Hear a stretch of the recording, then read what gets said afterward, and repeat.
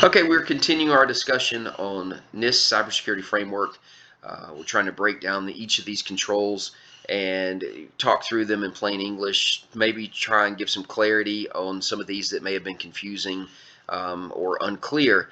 We are on PRDS4, which is Protect Data Security Control number 4. The control wording on that one is adequate capacity to ensure availability is maintained. I think the biggest maybe confusion is when you hear the word capacity, what exactly does that mean?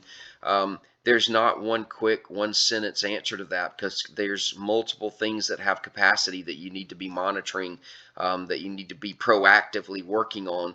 That could be hard drive capacity on your servers, hard drive capacity on your laptops. That could be bandwidth capacity on your network. Could be capacity of the bandwidth of your offsite locations.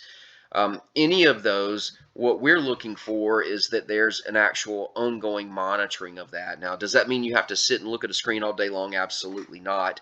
But that you've set up alerts with thresholds to say, hey, look, when we get to a certain point that we as management have agreed upon, we need an alert to let us know, hey, look, you're kind of bumping up against this threshold, not complete capacity, but maybe, well back into it so that you have time to deal with that.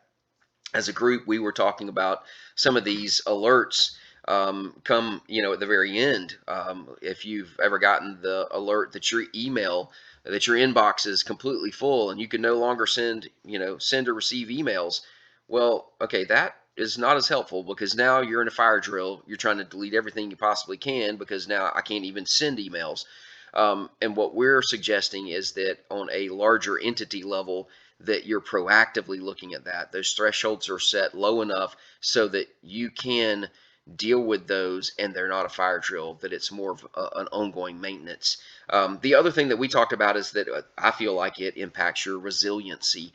And we describe resiliency as being like a rubber band that you can stretch it out to a certain point and only so far, but then it can go back.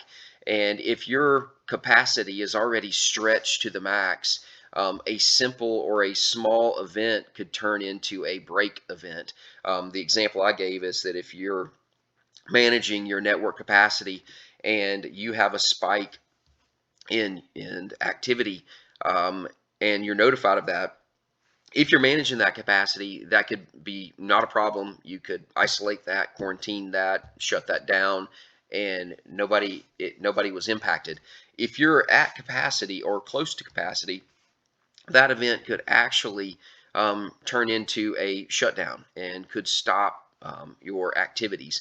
And so capacity is really important. It's certainly something that we're trying to help our clients make sure that they're monitoring and they're actively at.